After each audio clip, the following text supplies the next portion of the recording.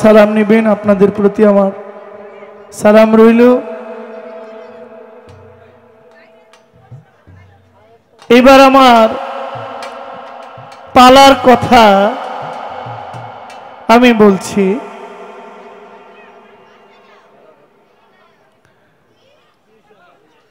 প্রথম একটি গান করলেন, নাপাক পানিতে মানুষের জন্ম হয়।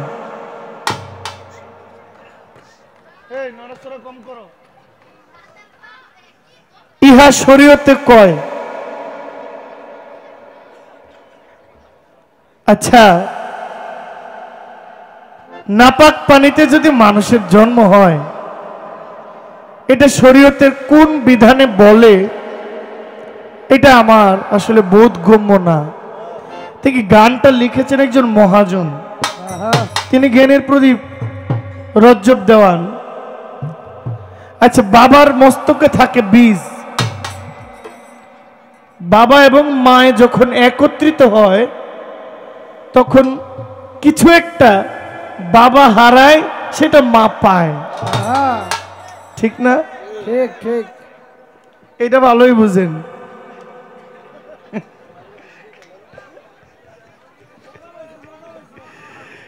এইটা একদম সহজ।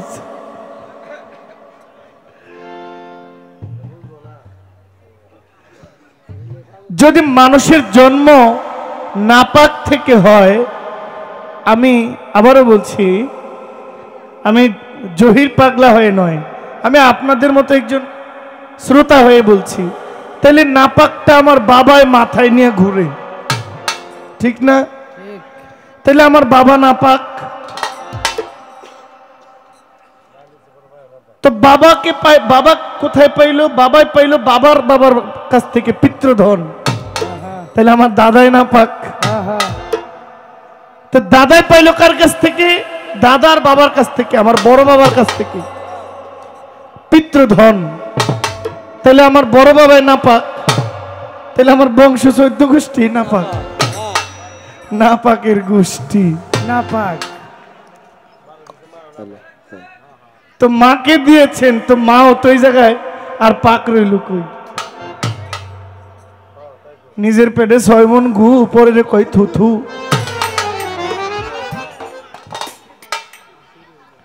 এই গুড়াগাড়া, এই গুড়াগাড়া, এই বাবা, মা, এই যে আপনারা প্লিজ পান খাইবেন, খান, কথা কইেন না।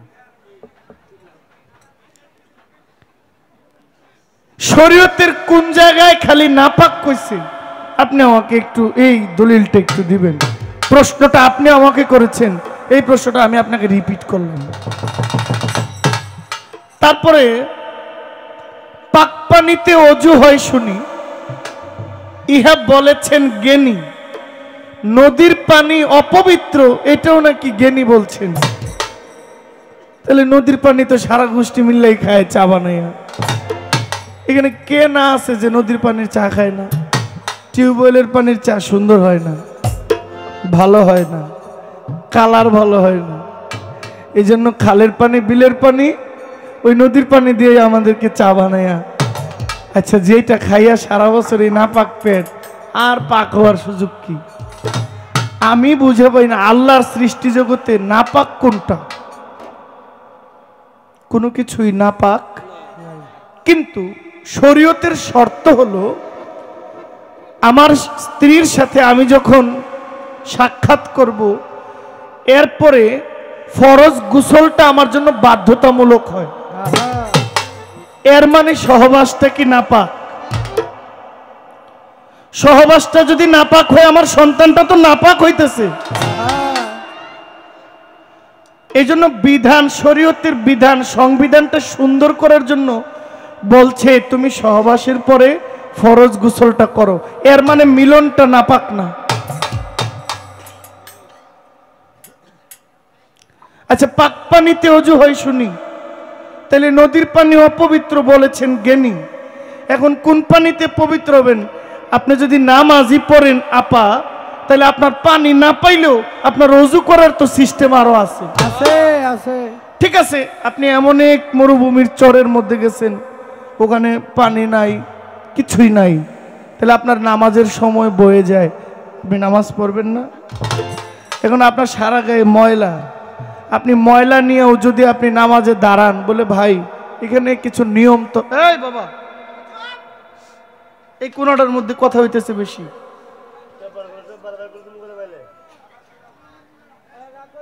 আপনাদেরকে অনুরোধ করলাম, চাইয়া দেখেন কত মানুষ, কোনো শব্দ নাই, 5-7 জনে মিলে এখানে একটা দোকান বসাইছেন।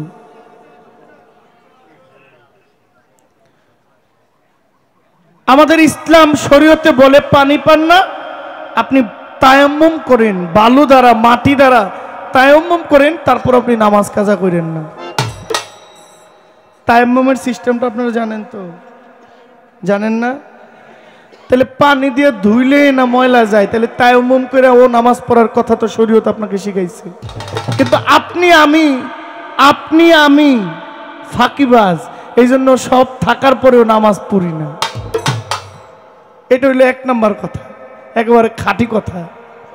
পানিরও অভাব নাই, কোনো কিছুর অভাব নাই, ভালো কাপড়েরও অভাব নাই, সব থাকার পরেও আপনি নামাজ পড়েন না। আমি ফাঁকিবাজ, আমি ধোঁকাবাজ, আমি মিথ্যাবাজ। আর আল্লাহ বলছেন কাল হাসরের ময়দানে 8 জন ব্যক্তির পক্ষ আমার নবীও নিবে না, আল্লাহ নিজেও নিবেন না। নবী নিতে চাইলে আল্লাহ না করব, আপনি নিয়েন না। এর মধ্যে 1 নাম্বার হইল ফেরাউন, নমরুদ, সাদ্দাত, এবং যারা আল্লাহ দাবি করেছিল তারা, এবং যারা রাসূলের সাথে মুনাফিকি করেছিল তারা, বাবা মায়ের অবাধ্য হয়েছিল যারা তারা, এবং যারা শিরক করেছে তারা, এবং যারা সেজদায় রত হয় নাই তারা।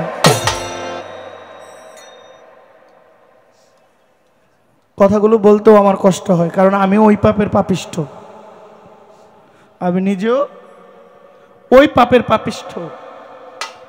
বলছেন নদীর পানি অপবিত্র, হ্যাঁ থাকতে পারে, মানুষ নদীর ধারে বাড়ি করলে সব ময়লা নদীর পাড় দিয়ে দেয়, কিন্তু একটু দূরেই আরেকজন এই পানি নিয়ে ওযু করতেছে, তার তৃষ্ণা পাইলে ওই পানি সে খাইতেছে। চলমান নদী, বহমান নদী কখনো অপবিত্র হয় না। যে নদীর স্রোত আছে চলমান, ওই নদীর পানি অপবিত্র নয়। কথা ঠিক নেই? এরপরে যদি আপনার পানি পছন্দ না হয়, আপনি তায়াম্মুম করেন। মোট কথা হইল ওয়ায়ুকিমুনা সালাতা ওয়া মিম্মা রাযাকনাহুম ইউনফিকুন। নামাজ মানে ওই যে ওযু গোসল, এটা না। নামাজ হলো আল্লাহর ভয় সৃষ্টি করা। আমি একটা গান করি, একটা কথা বলছেন, নামাজে কি ফল, আদি কথা জানিতে চাই, নামাজে কি ফল। আপনি বলছেন যে পাঞ্জেগানা 5 ওয়াক্ত নামাজ পড়েন আর বাকি সময় কি করেন? আমরা 24 ঘন্টা নামাজ পড়ি। আপা, আপনি মাস শেষ হইলে বিদ্যুৎ বিল দেন, দেয়নি? মাস শেষ হইলে পানির বিল দেননি? আমরা দেই না, আমরা গ্রামে থাকি, মফস্বল এলাকা। আমরা এক টিউবওয়েল বসাইছি, আল্লাহর রহমত, এটা সারা বছরই সার্ভিস দেয়। তো শহরে যারা থাকে তারা না, মানে বাধ্যতামূলক ওয়াসার পানি নিতে হয়, না নিলে বিল দিতে হয়। আপনি এই পানি খাইলে খান, না খাইলে নেই, আপনার পানির বিল লাগবে। আপনি গ্যাস বিল দেন মাসের 5 তারিখের মধ্যে, আপনি কারেন্ট বিল মাসের 3 তারিখের মধ্যে পরিশোধ করেন, আপনি বাসা ভাড়া মাসের 2 তারিখের মধ্যে পরিশোধ করেন, আপনার ঘরের যে ময়লা নেয় পরিষ্কার করে তার ভাড়া আপনি দিতেছেন, আপনার কাপড় লন্ড্রি করে ওই ভাড়াটাও আপনি মাসে মাসে দিচ্ছেন, আপনার মাসে মাসে ওয়াইফাই বিলটা আপনি দিচ্ছেন। মাসের 5 তারিখের বলে লাইনটা কাইটা যায়, লাইন আর থাকে না, সব ঠিক, নেটওয়ার্ক নাই, এমবি নাই, কাজ করে না, টাকা রুকাইলে চলে। কথা সত্য? তাহলে প্রত্যেক দিন এই দেহটার একটা যাকাত আছে না? এইটা একজন মুসলমান কোথায় দিবে? মসজিদে দিবে। ধন্যবাদ আপনাকে। 5 ওয়াক্ত পাঞ্জেগানা নামাজ, এই দেহটার যাকাত ওইখানে দেওয়া হয়। মালিক, আমি শত ব্যস্ততার পরেও আমি তোমার ঘরে আসছি, হাজির হয়েছি, আমি তোমার প্রতি আনুগত্য স্বীকার করেছি।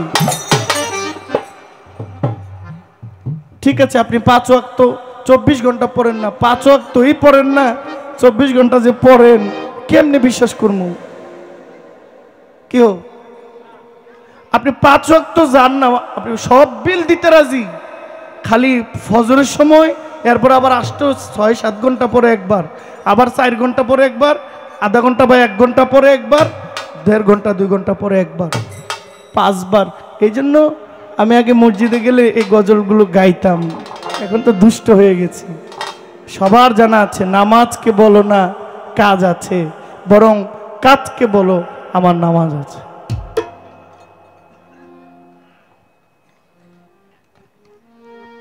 আপনার কথাগুলো রাখলাম। নামাজে কি ফল? নামাজে একটা মানুষ শুদ্ধ হয়। 113 জায়গায় বলছে কোরআন শরীফে। কয় জায়গায়? 113 জায়গায়, 82 জায়গায় প্রত্যক্ষভাবে, আর বাকি 31 জায়গায় পরোক্ষভাবে, মোট 113 বার আকিমুস সালাত ও আকিমুস সালাত আকিমুস সালাত নামাজের কথা বলছে। এখন আপনি পড়েন না, এটা আপনি ঠিক আছে, আল্লাহর কাছে তওবা করলে মাফ করব, পড়েনও না আবার বিরোধিতা করবেন, এইটা কিন্তু কাজ ভালো না। ঠিক কইলাম নেই? ঠিক ঠিক। আচ্ছা, এখন আমার কাছে একটা প্রশ্ন করেন কঠিন, যে আমার নবী 5 ওয়াক্ত নামাজ মেরাজ থেকে নিয়ে এসেছেন, নবীজির আগে যারা ছিল তারা কি নামাজ পড়তো? অবশ্যই পড়তো। প্রথম নামাজ হযরত আদম শফিউল্লাহ পড়েছেন। আমি একটা গান করি। জি স্যার।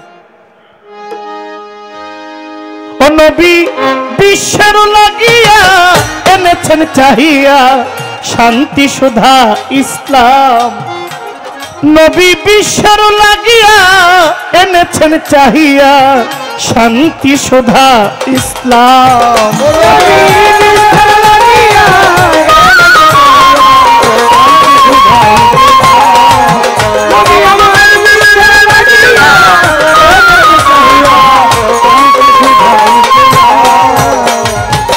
দয়ালো নবী নূরের ছবি, দয়ালো নবী রুনের ছবি, ইসলাম রবি তোমায় হাজারো সালাম,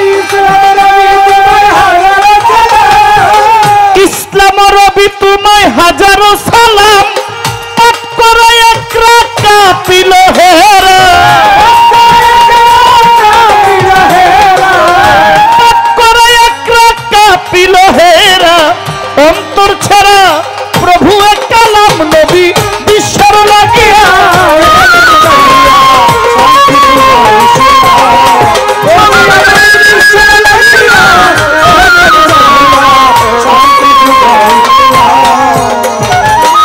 মানুষে মানুষে বাঁধে প্রেম পাশে, মানুষে মানুষে বাঁধে প্রেম পাশে, ভক্তি বিশ্বাসে লো তাহার নাই, ভক্তি বিশ্বাসে লো তাহার নাম, বিশ্বাস স্রষ্টা যিনি একরব হলেন তিনি, বিশ্বাস স্রষ্টা যিনি একরব হলেন তিনি, দিবস রজনী গাও প্রভুর নাম, বিশ্বের লাগিয়া এনেছে চাহিয়া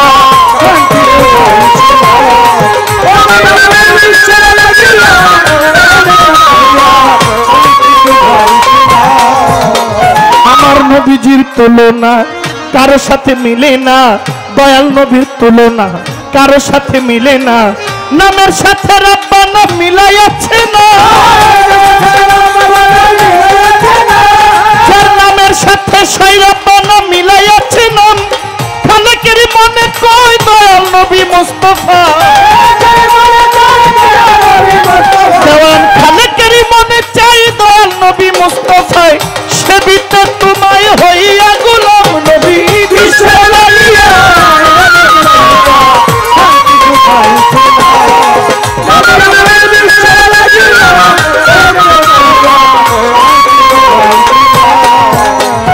যেইভাবে তাই আমার কাছে প্রশ্ন করে যায়, ভুলি নাই কথা মনে পড়ে যায়, আমার কাছে প্রশ্ন করে নামাজ তো লইয়া আগের নবী যারা নামাজ পড়তেছেন ভাইয়া বলবো আমি বলবো কথা জবাব দিব তারে তাহার কথার জবাব দিব এই না রাজা সরে প্রথম নামাজ পড়েছিল আদম শফিউল্লাহ ফজরেরই নামাজ তিনি পড়েছেন একলা অন্ধকারে ছিলেন যখন আদম শফিউল্লাহ অন্ধকার বের হইয়া পড়েন তিনি আল্লাহ।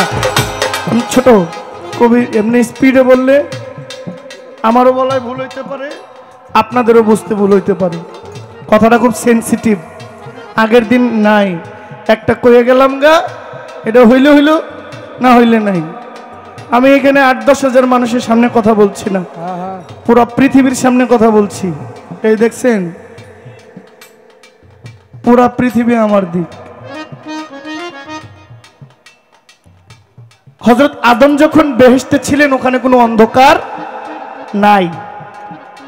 যখন তাকে দুনিয়াতে পাঠানো হইল তখন হঠাৎ করে সূর্য লাল হইয়া সূর্য লাল হইয়া আস্তে আস্তে অন্ধকার আচ্ছন্ন হইতে লাগলো। হযরত আদম ভয় পাইতেছে, হায় হায় আমি তো বেহেশতে ছিলাম, জীবনে অন্ধকার দেখি নাই, দুনিয়াতে আইসা দেখি এখন অন্ধকার হয়ে যাচ্ছে, একদম ঘোর অন্ধকার হয়ে গেছে। একটা সময় আবার লাল হইয়া আবার সূর্য যেইভাবে লাল হইয়া ডুবছে ওইভাবে লাল হইয়া আবার সূর্যটা উকি দিয়েছে।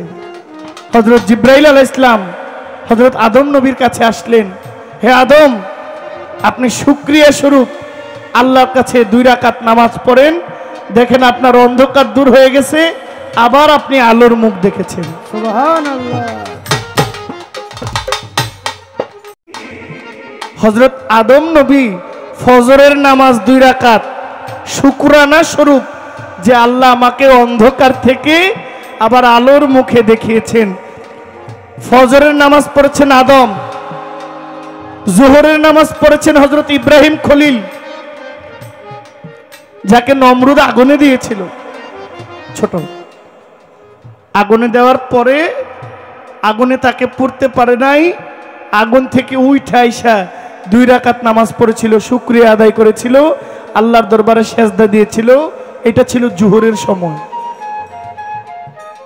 আসরের নামাজ পড়েছিল হযরত ইয়াকুব নবী, হযরত ইউসুফকে যখন কূপে ফালায়া দেয়, হযরত ইউসুফ ছিলেন ইয়াকুব নবীর পুত্র, হযরত ইউসুফকে যখন কূপে ফালায়া দেয়, কূপের মধ্যে থেকে আবার ইউসুফ উত্তোলন হয়, প্রাণে বেঁচে যায়, এই খবরটা ইয়াকুব নবীর কানে যায়। ইয়াকুব নবী খুশি হইয়া 2 রাকাত নামাজ পড়েছিল। এটা ছিল আসরের নামাজ। হযরত ইউসুফ আলাইহিস সালাম তিনি পড়েছেন মাগরিবের নামাজ, তিনি মাছের পেটে চলে গিয়েছিলেন। হযরত ইউসুফ আলাইহিস সালাম তিনি মাছের পেটে চলে গেছেন, মাছের পেট থেকে তিনি পরিত্রাণ পাইলেন, নদীর পাড়ে ছিল, সময় ছিল অন্ধকার, মাগরিবের সময় তিনি মাছের পেট থেকে মুক্ত হইয়া 2 রাকাত নামাজ পড়েছিল। ওই নামাজটা ছিল মাগরিবের। এশার নামাজটা পড়েছিলেন, মাগরিবের নামাজটা পড়েছিলেন হযরত দাউদ পয়গম্বর, আর এশার নামাজটা পড়েছিলেন হযরত ইউসুফ আলাইহিস সালাম অন্ধকারের মধ্যে। এই 5 ওয়াক্ত নামাজ আদম পড়েছিল ফজর, ইব্রাহিম নবী পড়েছিলেন জোহরের নামাজ, ইয়াকুব নবী পড়েছিলেন আসরের নামাজ, দাউদ পয়গম্বর পড়েছিলেন মাগরিবের নামাজ, ইউসুফ আলাইহিস সালাম পড়েছিলেন এশার নামাজ। এখন তারা কোন আয়াত পড়া নামাজ পড়লো এটা আল্লাহ জানেন আর তারা জানেন, এটা আমি জানি না। কারণ প্রত্যেক নবীদের উপরে কিতাব নাজিল হয়েছিল, 104 খানা কিতাব নাজিল হয়েছে। প্রসিদ্ধ কিতাব 4 খানা, তাওরাত, জাবুর, ইনজিল, ফুরকান, কোরআন মাজিদ, আর বাকি সবগুলো ছোট ছোট কিতাব। বড় কিতাব 4 খানা। সর্বশেষ কিতাব নাজিল হয়েছিল আমার দয়াল নবী হযরত আহমদ মুজতবা মুহাম্মদ মুস্তাফা হুজুর পুরনূর হযরত মুহাম্মদ সাল্লাল্লাহু আলাইহি ওয়াসাল্লামের উপর। এখন আমার কোরআন শরীফে যেহেতু আমার নামাজের বিধান আসছে, এই নামাজটা ফরজ করছে নবী মেরাজ থেকে আইসা, বাধ্যতামূলক করছে। আচ্ছা, আপনাদেরকে একটা প্রশ্ন করি আমি, বাজেন কথা একটু বেশি হইতেছে, পালাতো প্রশ্ন বেশি, কথা কম না।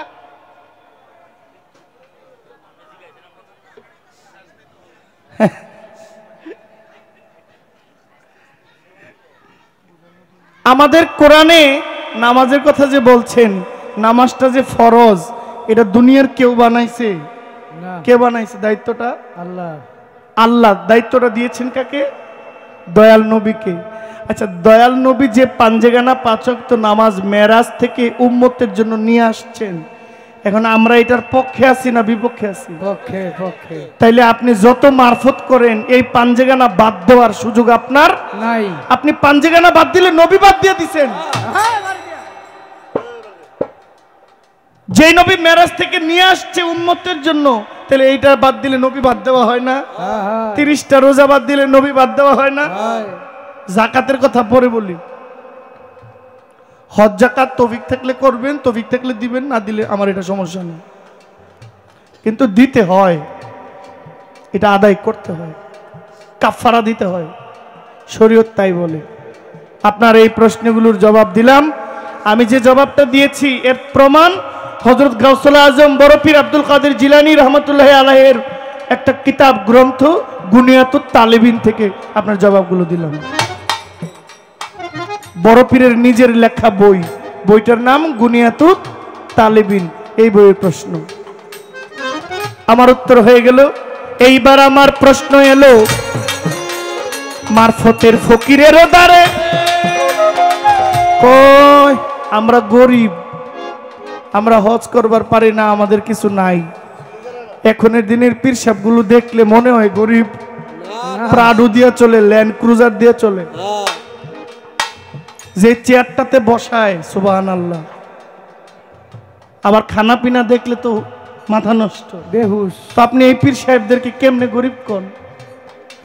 গরিব আপনার মতো কাঙ্গাল ভক্ত যারা, তারা, পীর সাহেবরা গরিব না।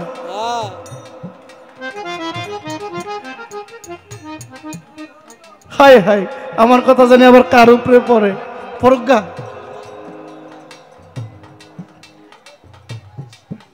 আপনি একটু দয়া করে বলবেন, এক মারফতের ফকির ভক্তের বাড়ি খাইতে গেছে, ভক্তের বাড়ি খাইতে গিয়া ভক্তরে বলছে, রে আমি তো দাওয়াত খাইতে আইছি, কিন্তু আমি একলা দাওয়াত খাবো না, একলা আমি দাওয়াত খাইতে পারি না।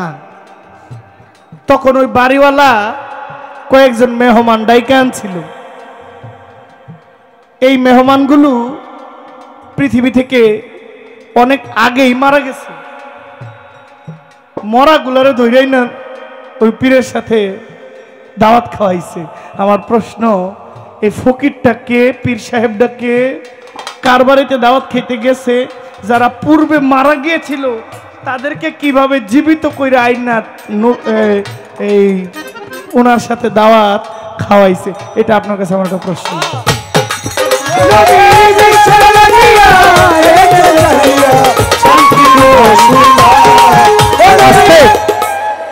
ফকিরের শাড়ি দেখলে মনে হয়নি ফকির খুব গরিব?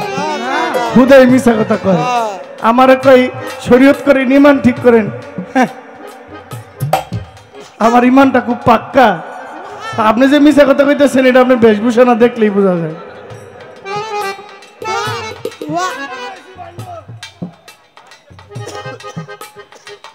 গায়ে 20,000 টাকা দামের শাড়ি, আরো কত কি কইতাম, আমি সব দিক নজর দেই না। নজর দেওয়া আমার মোল্লার কাম না, যতটুক নজর দিছে এটা বেশি হয়ে গেছে।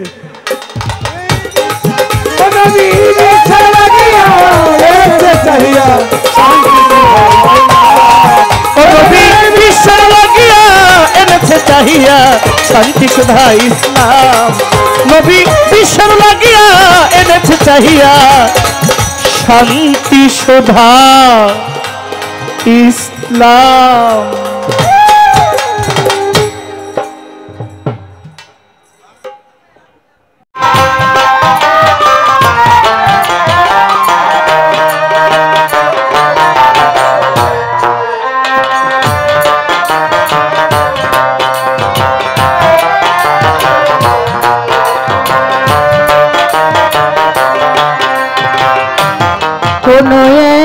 একদিন আমায় তুমি খুঁজবে,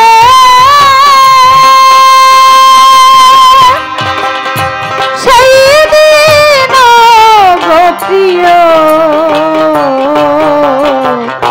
আমার ভালোবাসা বুঝবে, ও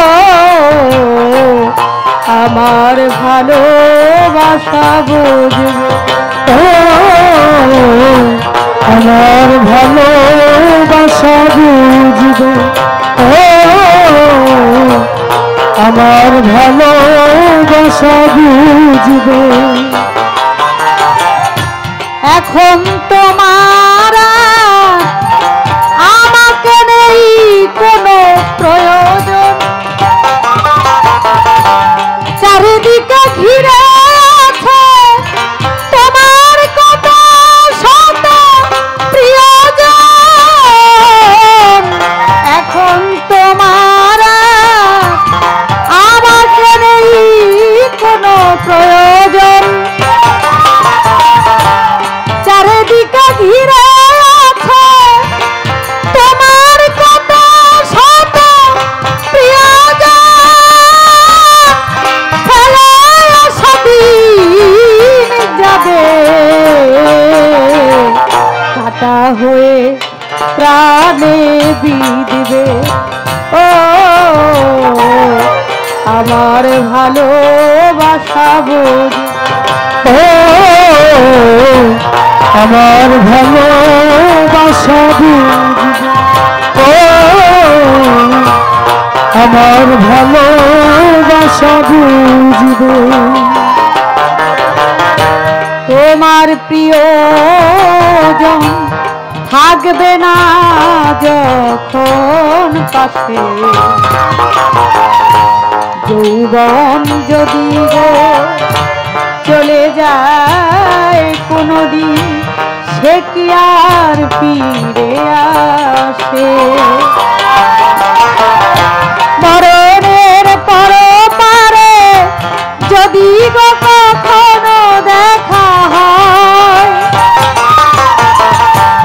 সেই দিন বুঝিবে তুমি জুড়ে আছো মনেরই দায়।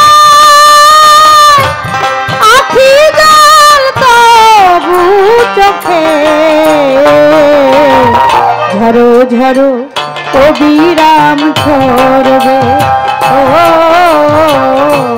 আমার ভালোবাসা বুঝবে। কোনো একদিন আমায় তুমি খুঁজবে,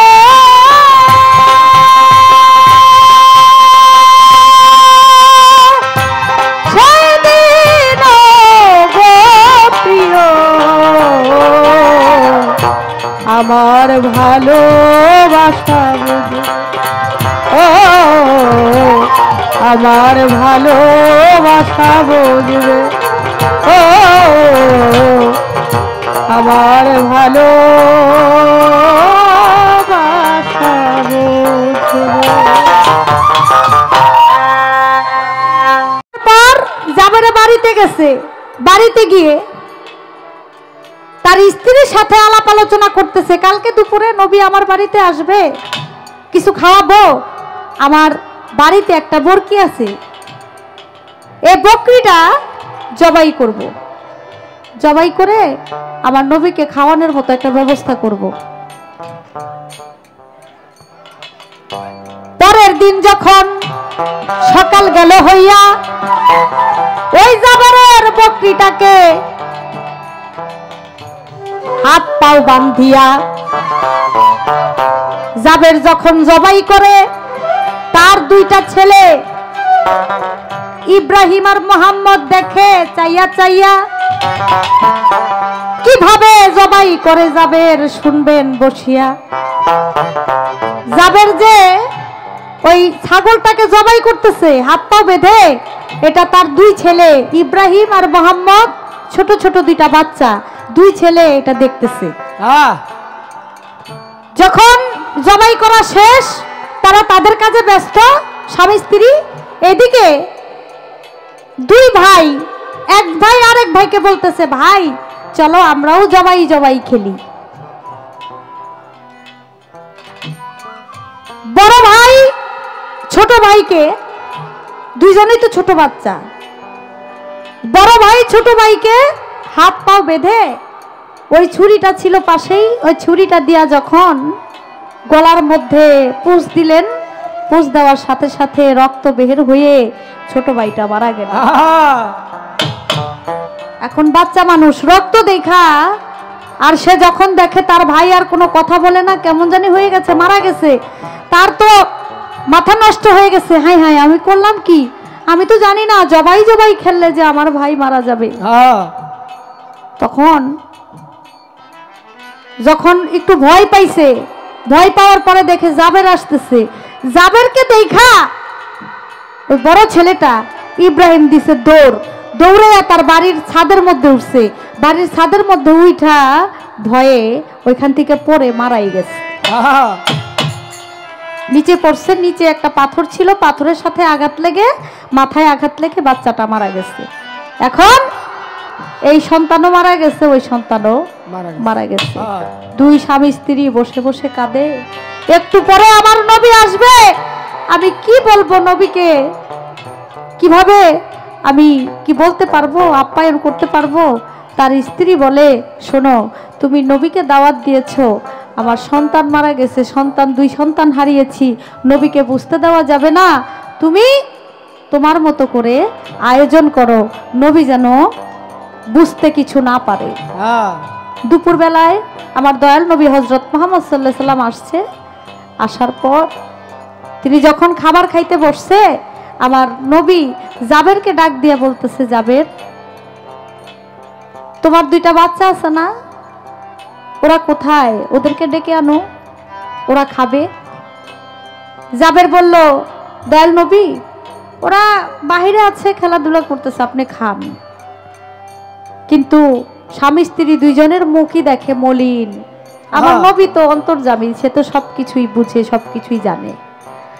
দুই স্বামী স্ত্রীর মুখের দিকে তাকিয়ে দেখে দুইজনের মুখই কেমন জানি মলিন হয়ে আছে। আমার নবী বলে, তুমি যে খাবার দিছো, আমি এই খাবার ওদের ছাড়া আমি খাবো না। এখন দুই স্বামী স্ত্রী কান্দে, চোখের পানি ছাড়ে আমার নবীর অনাধারে। বলে, শোনেন শোনেন দয়াল নবী, আমি বলতেছি আপনারে, আমি যখন আপনার জন্য আমার বকরিটা জবাই করতেছিলাম, তখন আমার দুইজন ছেলে দেখতেছিল, আমি আপনাই খুলে বলিলাম, জবাই জবাই করতে গিয়ে আমার দুই সন্তানই গেল মারা। এখন আমি কি করিব দয়াল নবী, পাই না কুল কিনারা।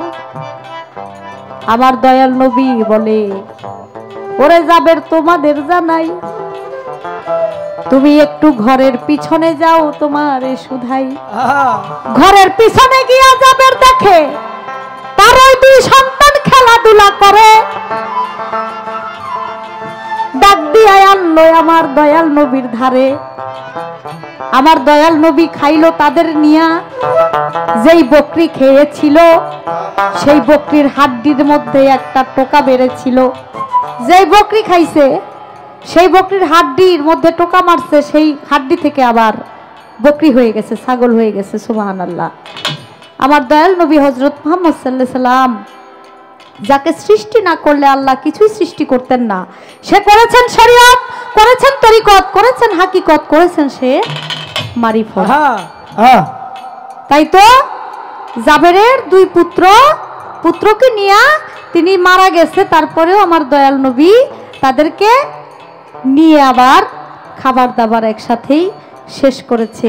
এই ছিল কথা, ইহার বেশি না। আমি ধন্যবাদ জানাই এত সুন্দর প্রশ্ন করার জন্য। কমিটি থেকে আদেশ, আর কোনো কথা নাই, প্রশ্ন নাই।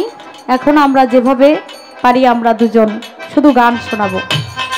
মানুষেরা খাবার তুই বল হারাবি, ওরে মানুষেরা খাবার তুই বল হারাবি, মানবী ভাবিল সোনার মানুষ হবি, এক মানবী ভাবিল সোনার মানুষ হবি। এই মানুষে মানুষ গাথা দেখতে যেমন আলোকলতা, এই মানুষে মানুষ গাতা দেখতে কেমন আলাদা। প্রশ্ন করব? আরে না করছে, মোমেন ভাই কইতাছে না করছে। আর করেন করেন করেন। হ্যাঁ আচ্ছা, আমি জানতে চাই মুসলমান শব্দের অর্থ হলো আত্মসমর্পণকারী।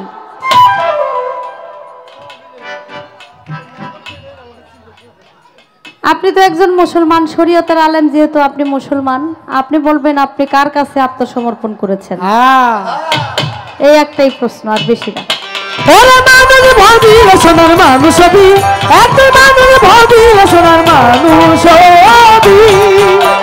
মানুষ ছাড়া মনরাই আমার দেখবিরতি সবন্ধ, মানুষ ছাড়া মনরাই আমার দেখবিরতি সবন্ধকার, মানুষ ছাড়া মনরাই আমার দেখবিরতি সবন্ধকার।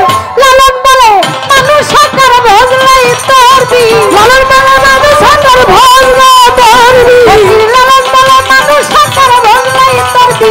মানুষ ভজিলে সোনার মানুষ হবি, রসিক ছাড়ে বজলে সোনার মানুষ হবি, মধুর মারে বললে সোনার মানুষ হবি, অমর চাঁদে বললে সোনার মানুষ হবি, ওরা পাগলি মারে বললে সোনার মানুষ হবি। মানুষ ভজিলে সোনার মানুষ হবি, মানুষ ভজলে সোনার মানুষ হবি, মানুষ ভজলে সোনার মানুষ হবি।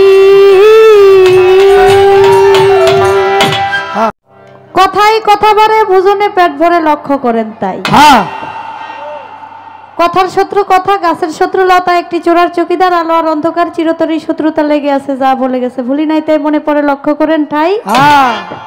কথার পৃষ্ঠে দুই একটা কথা না বললে বাউল বিচার গানের কোনো মজা নাই। নাই, আমরা কুবাইতে চাই। আজকে কোবাকুবি পরে আগে পালা যদি শেষও করে দেয়, আমার এই কথাগুলো বইলা নেই, তারপরে পালা শেষ করে দেখ, সমস্যা নেই। একটা গান করেছিলাম, এটা সাধকের গান, যাকে বলা হয় গানের প্রদীপ রজ্জুবালী দেওয়ান সাহেব। তিনি গানের মধ্যে লিখেছেন, আমার নামাজ এমন বসে কই, কার কথা মনের কথা কই, কার কাছে মনের কথা কই, না পাক পানিতে জন্ম হয়, ইহা শরীয়তে কয়, পানি দিয়া উজু করলে তাতে কি পাক হয়, জানলে বলো ইহার বিষয় কিসে পাক পবিত্র হই। পাক পানিতে উজু হয় শুনি, কোথায় মিলে সেই পানি, নদীর পানি অপবিত্র বলতেছে জ্ঞানী। তুমি জানলে বলো ইহার মাইনি কোন পানিতে উজু হই।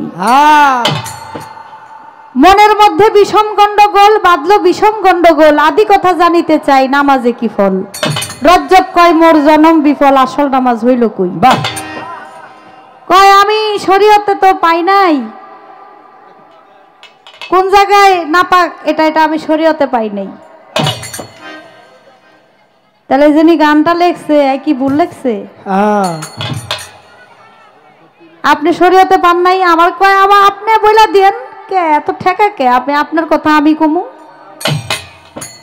আমারে শরীয়তের পালা দিলে আমি কইতাম, যদি এটা আমারে কেউ প্রশ্ন করতো। আমি হলো মারিফতের পালা, আপনি আমারে জিজ্ঞাসা করতেছেন আপনি নাপাক পান নাই, আপনি নাপাক পান নাই, শরীয়তে এটা নাপাক কোথায়? শরীয়তে কোনো কিছু নাপাক বলে না, শরীয়তে কোনো কিছু নাপাক বলে না, শরীয়তে সব কিছু পাক বলে। এটা তো আবার মারিফতের কথা। শরীয়তে নাপাক আমি দেখি নাই, আপনি কোথায় দেখছেন আপনি বলবেন। আমারে পালা শরীয়ত যদি কখনো পড়ে আপনি এই গান গাইয়েন, আমি আপনারা বলে দিব না। 100তে 100 বলে দিব, 100তে 100 আমারে দিছে বকশিস। ও হ্যাঁ,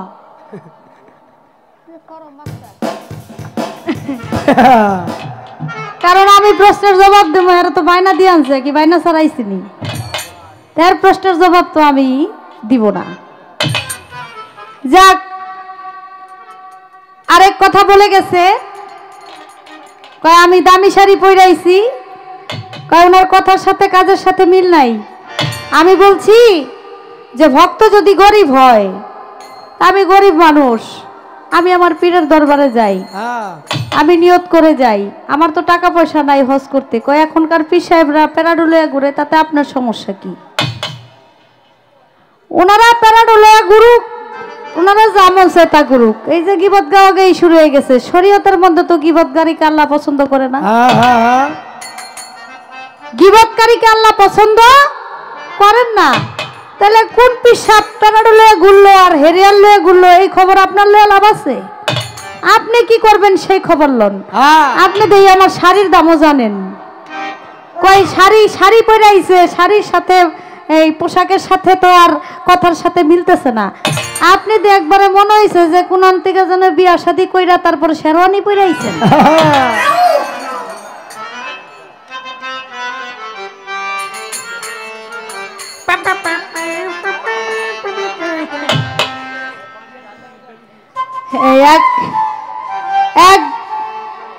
এক ভিক্ষুক গেছে, 5 তলা বাড়িওয়ালার মালিক, এর কাছে ভিক্ষা চাইতে গেছে।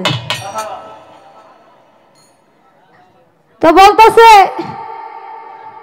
যে আল্লাহর রাস্তায় কিছু ভিক্ষা দেন। এখন উনি 5 তলা বাড়ির মালিক, উনি কইতাছে আল্লাহর রাস্তায় মাফ করেন, আমার কাছে ভিক্ষা নাই। তো উনি বলতেছে কি, ভিক্ষা যখন দিবেন না তাহলে আপনি ওই আমতাজে বাড়িটা করবেন না? আপনি তো ওই আমতাজে বাড়ি করবেন, আপনি যত ভিক্ষা দিবেন না। 5 তলা বাড়ির মালিক আপনি, আর আপনি কইতাছেন আল্লাহর রাস্তায় মাফ করেন, ভিক্ষা দেন যাইব না। এটা কেমন কথা কইলেন যে ভিক্ষা দেন যাইব না? ওই তো ভিক্ষা আনতাজে বাড়ি বানান, আর নাইলে বাড়ি আনতাজে ভিক্ষা দেন। কিন্তু আজকে শরীয়তের আলেম তো কোনো আন্তাজ বুঝতাছি না।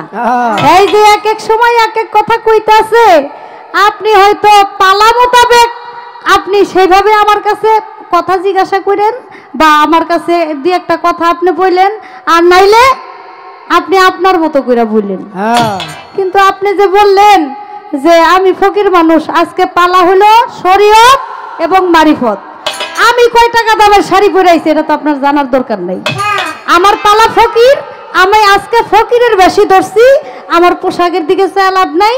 আর আপনার শরীয়তের আলেম, আপনি আলেমের বাবলিও থাকেন। আমি যদি কইতাম আপনার মাথায় টুপি নাই, আপনি একজন আলেম মানুষ, তো এটা দাড়ি নাই মুখের মধ্যে, এটা কেমন জানি কথা না?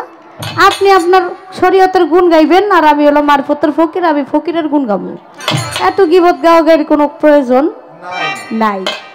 তবে একটা প্রশ্ন করছে, খুব সুন্দর প্রশ্ন। এক ফকির গেছে তার ভক্ত বাড়ি, যাওয়ার পর বলতেছে আমি একা খাইতে পারবো না। দাওয়াত দিছে, খাওয়ার দাওয়াত দিছে, বলছে আমি একা খাইতে পারবো না, আমার সাথে কিছু লোকজন লাগবে। এখন ওই লোক কইতাছে আমি লোক পামু কই?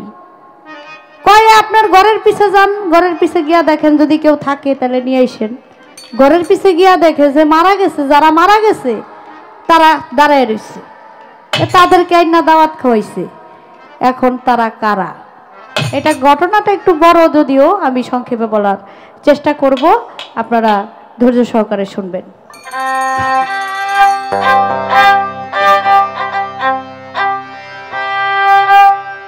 মানুষ ছাড়া খাবার তুই মূল হারাবি, মানুষ ছাড়া খাবার তুই মূল হারাবি, মানুষ ছাড়া খাবার তুই মূল হারাবি, মানুষ ভজিলে সোনার মানুষ হবি, ওরা মানুষ ভজলে সোনার মানুষ হবি, মানুষ ছাড়া খাবার তুই মূল হারাবি, ওরে মানুষ ছাড়া খাবার তুই মূল হারাবি, মানুষ ভজিলে সোনার মানুষ হবি, এত মানুষ ভজিলে সোনার মানুষ হবি।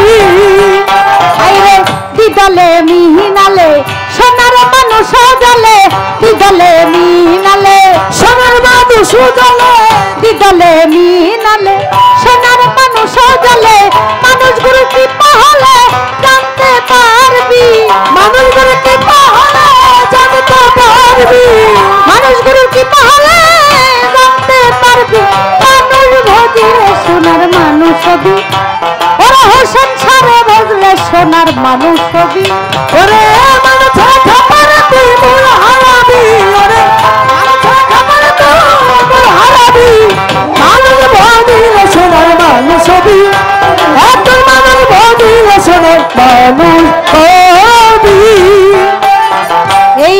মানুষে মানুষ গাথা দেখতে যেমন আলোকলতা, এই মানুষে মানুষ গাথা দেখতে যেমন আলোকলতা, এই মানুষে মানুষ গাথা দেখতে যেমন আলোকলতা, জেনে শুনে মোর মাথা যাতে উঠবি, জেনে শুনে মোর মাথা যাতে উঠবি, জেনে শুনে মোর মাথা যাতে উঠবি, মানুষ ভজিলে সোনার মানুষ হবি, হায়রে মানুষ ভজলে সোনার মানুষ হবি। ওরে মানুষ ছাড়া খাবার তুই মূল হারাবি, ওরে মানুষ ছাড়া খাবার তুই মূল হারাবি, মানুষ ভাবিলে সোনার মানুষ হবি, একজন মানুষ ভাবিলে সোনার মানুষ হবি। মানুষ ছাড়া মন রে আমার দেখবি রে তুই সব অন্ধকার, মানুষ ছাড়া মন রে আমার দেখবি তুই সব অন্ধকার, মানুষ ছাড়া মন রে আমার দেখবি রে তুই সব অন্ধকার, লালন বলে মানুষ সরকার ভজলাই তোর, ওরে লালন বলে মানুষ সরকার ভজলাই তোরবি, লালন বলে মানুষ সরকার ভজলাই তোরবি, মানুষ ভজিলে সোনার মানুষ হবি, হায়রে মানুষ ভজলে সোনার মানুষ হবি। ওরে মানুষ ছাড়া খাবার তুই মূল হারাবি, ওরে মানুষ ছাড়া খাবার তুই মূল হারাবি, মানুষ ভাবিলে সোনার মানুষ হবি, একজন মানুষ ভাবিলে সোনার মানুষ হবি। আমার কাছে প্রশ্ন করে কথা ভুলি নাই, ধীরে ধীরে করব জবাব, আপনারা শুনিবেন সবাই।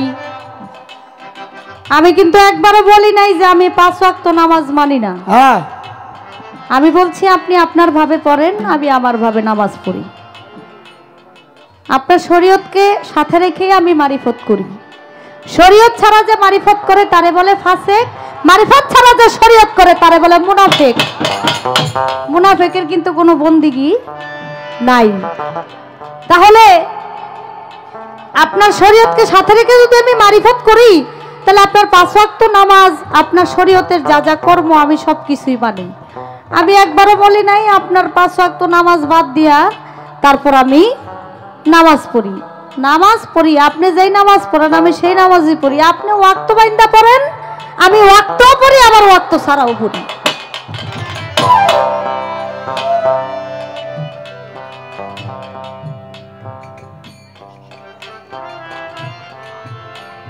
প্রশ্ন করে আমার কাছে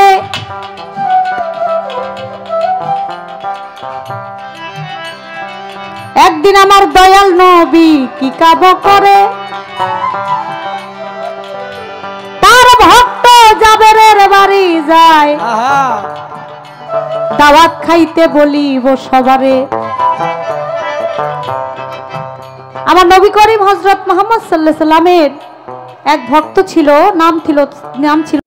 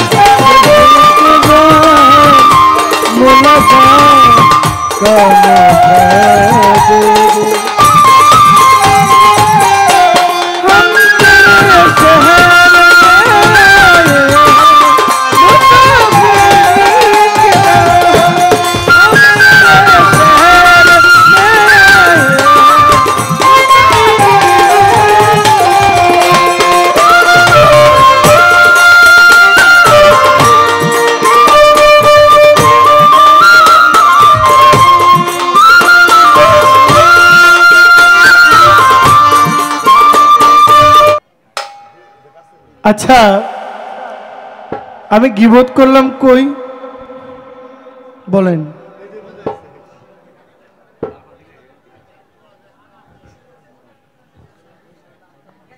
উনি নিজের মুখে বলছেন যে আমরা ফকির মানুষ, গরিব মানুষ। তখন আমি বলছি যে আপনার গায়ে এত টাকা দামের শাড়ি, আপনি গরিব হন কেমনি? আমার কথাটা কি ঠিক না বেঠিক? ঠিক ঠিক। আসলে পাগলের কথা শুনেন, বিশ্বাস করেন না।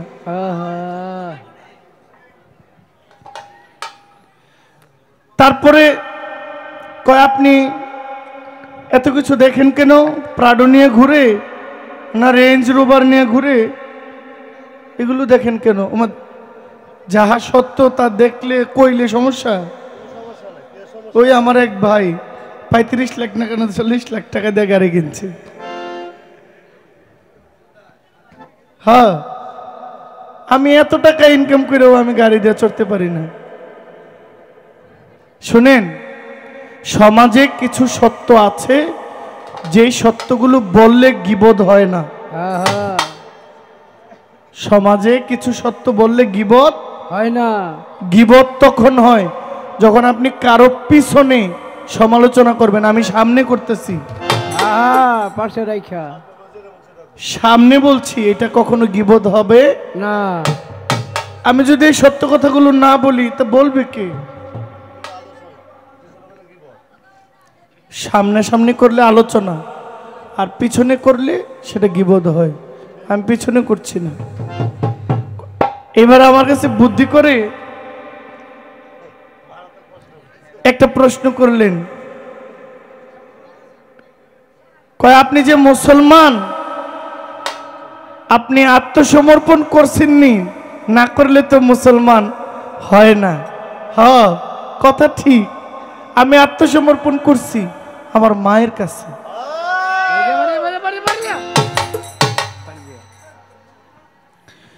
কারণ কবি বলছেন পিতা গুরু মাতা গুরু, গুরু জ্যেষ্ঠ ভাই, ইহার চেয়ে অধিক গুরু ভজনের কামাই। এখনো আমি আমার মায়ের চাইতে কোনো পীর আমি আর পাইলাম না। জীবনে যতগুলা চুমা মায়ের পায়ে দিছি,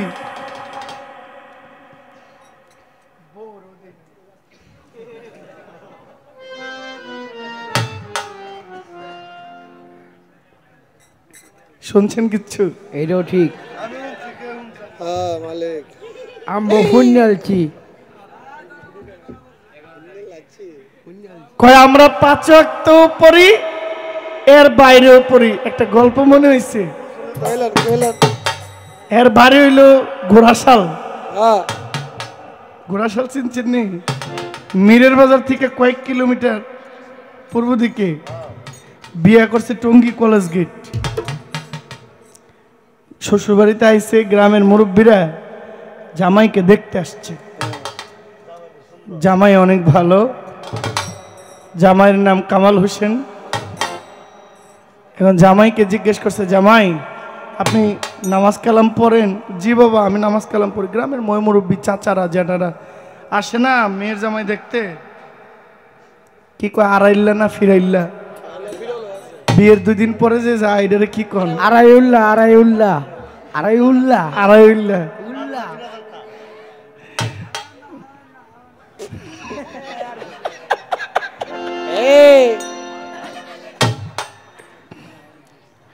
বেটা তর্ক হলে বিয়া নাই, বুঝতে হবে। অভিশাপ দিলাম। যখন বিয়েতে ওই চাচারাই দেখতে গেছে, বলছে আপনি নামাজ কালাম পড়েন? পড়ি। কয় আপনি বলেন ফজরের নামাজ কয় রাকাত? তো শাশুড়ি মা পর্দার আর ফাঁক কইরা কইতাছে, জামাই কন্যা। শাশুড়ি কইতাছে, শাশুড়িরা জামাইয়ের পক্ষের লোক না, আর বউ এত ভালোবাসে না শাশুড়ি জামাই যে এটা ভালোবাসে। শাশুড়ি কইতাছে 4 রাকাত, হ্যাঁ কইতাছে কই চাচা শ্বশুর 14-15 রাকাত তো হইবই।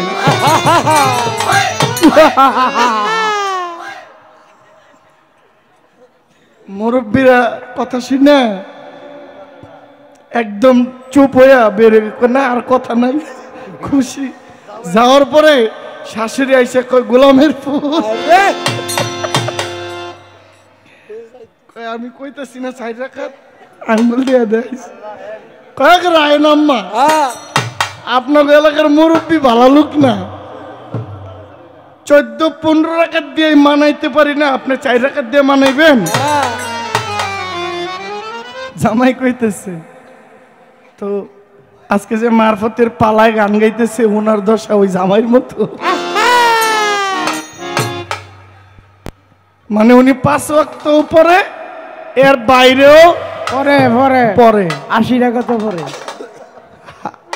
আসলটার খবর 4 রাকাত না, উনি 14-15 রাকাত পরে। আর কি বলবো, যেখানেই থাকেন কয় আপনি শরীয়তের পালায় মারফতের পালায় যেদিন গাইবেন এই গানটা আমি জবাব দিব, যদি সুযোগ হয় তাহলে আমি গাইবো, আপনি এই গানটার জবাব দিয়ে। মানুষ কখনো নাপাক পানির জন্ম হয় না, এইটা কোনো তরিকাই বলে না। জ্ঞানের প্রদীপ মহারাজ রজ্জব দেওয়ান উনি অনেক জ্ঞানের গুণী, কিন্তু উনি যদি বলেন শরীয়তে যে মানুষের নাপাক পানিতে জন্ম হয়, আমি পাই নাই, আপনি পাইলে জানাই দিতেন। আচ্ছা জানাইলে সমস্যা ছিল কোনো? না না না না, আমি তো আপনাকে বিনয়ের সাথে বলছি যে আপনি পারলে আপনি জানাইয়া দেন শরীয়তের কোন জায়গায় আছে মানুষ নাপাক পানিতে জন্ম। জানান তো নাই, হুদাই একটা ফাফর লইলেন।